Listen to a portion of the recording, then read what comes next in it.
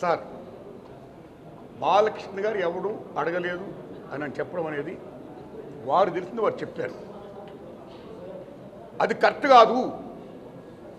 చిరంజీవి గారితో పాటు మేము చాలామంది వెళ్ళాం, అది అందరికీ తెలుసు. కాబట్టి ఆనాడు ఏమైతే అక్కడ సీఎం గారితో మాట్లాడుకున్నామో, ఏం చర్చలు జరిగాయో అవన్నీ కూడా మీకు media is the most powerful media, right? మీడియాలో చూడండి మీరు ఏముంది జరిగిందో, దట్ ఈస్ సత్యం, అది చూడండి. సో బాలకృష్ణ గారు తెలిసి ఉండొచ్చు, తెలియపోవచ్చు అని చెప్పారు. సో నేను బాలకృష్ణ గారి గురించి మాట్లాడదలుచుకోవాలా. కానీ చాలామంది మాత్రం అప్పుడు వైఎస్ జగన్మోహన్ రెడ్డి గారి ప్రభుత్వం చిరంజీవి గారిని సినిమా కళాకారుని అవమానించింది అనే అపప్రద ఏమవుతుందో అది చాలా తప్పండి. అలా కామెంట్ చేయకూడదండి. Nobody have no right to assassinate other characters. సత్యం ఇంపార్టెంట్, ట్రూత్ ఇస్ ఇంపార్టెంట్. ఆ ట్రూత్ అప్పుడు ఏ కెమెరా అయితే షూట్ చేసావో అది చూడండి, అది తెలుసుకోండి, జనం చెప్పండి. That's all. అడుగుతున్నారు మీరు చెప్పండి. సార్ ఆన్గోయింగ్ సిచ్యువేషన్స్ కొన్ని జరుగుతూ ఉన్నాయి. ఇంతకుముందు టికెట్ రేట్లు పెంపు విషయంలో మీరు అందరూ కలిసి వైఎస్ఆర్సీపీ ప్రభుత్వాన్ని కలవడం కూడా జరిగింది. సో దాని మీద ఇప్పుడు ఒక కొంత సిచ్యువేషన్ అయితే ఉంది. సో మీరు కూడా అక్కడికి వెళ్ళిన వ్యక్తిగా మీ తాలూకా స్పందన ఏంటి ఈ విషయం మీద టోటల్గా?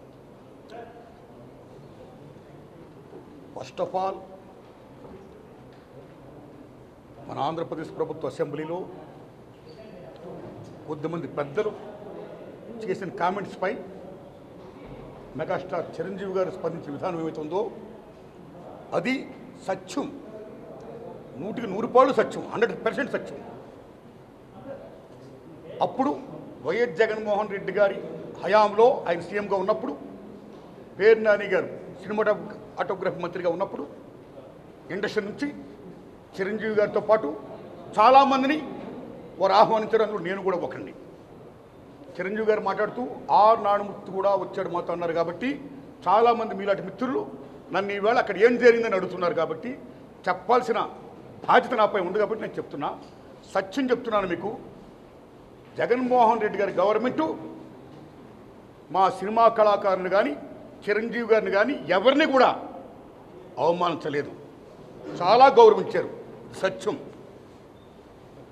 ఎందుకంటే కోవిడ్ కష్టకాలంలో సినిమా రంగం ఏమైపోద్ది అని భయోందనతో ఉన్న దశలో పరిశ్రమ పెద్దలందరూ కలిసి చిరంజీవి గారిని కలిశారు. పరిశ్రమ పెద్దగా ఆయన భావించి, ఆయన గౌరవించి నన్ను ఆహ్వానించారు.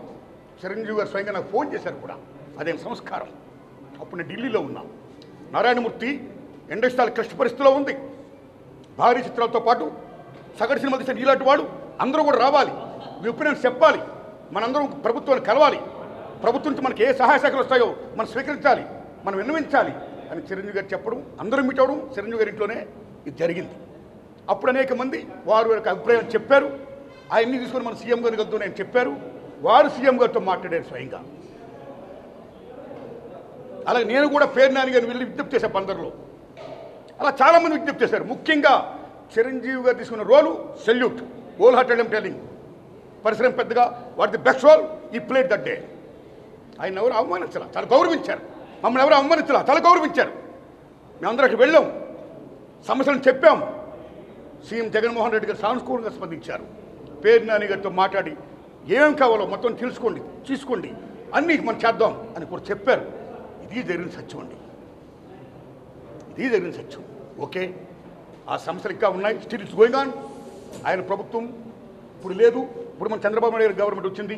కాబట్టి ఈ గవర్నమెంట్లో ఆనాడు ఎక్కడ ప్రియాంబుల్, గత గవర్నమెంట్లో ఏ ప్రియాంబుల్ ఉందో, ఏ ప్రజలకి ఏ సమస్యలు ఉన్నాయో, ఏ ఇండస్ట్రీకి, cinema industry, anybody anything else, వాళ్ళకి ఏ సమస్యలు ఉన్నాయో అకార్డింగ్ టు ప్రియాంబుల్ గత ప్రభుత్వంలో ప్రజలు విన్నవించుకున్న విన్నపాలు ఏమైతే ఉన్నాయో ఆ విన్నపాలని ఇప్పుడు, ఆ సమస్యలు ఇప్పుడున్న ప్రభుత్వం చంద్రబాబు నాయుడు హయాంలో నెరవేర్చాలని, దానికి సినిమాటోగ్రఫీ మంత్రి గారు దుర్గేష్ గారు సహకరించాలని, మన తెలుగు ఇండస్ట్రీ నుంచి వెళ్ళి ఇవాళ డిప్యూటీ సీఎంగా ఉన్న పవన్ కళ్యాణ్ గారు చొరవ తీసుకోవాలని నేను విజ్ఞప్తి చేస్తూ మా సమస్యల్ని, మన పరిశ్రమ సమస్యల్ని క్లియర్ చేయాల్సిందిగా మనస్ఫూర్తిగా వారిని కోరుకుంటున్నా.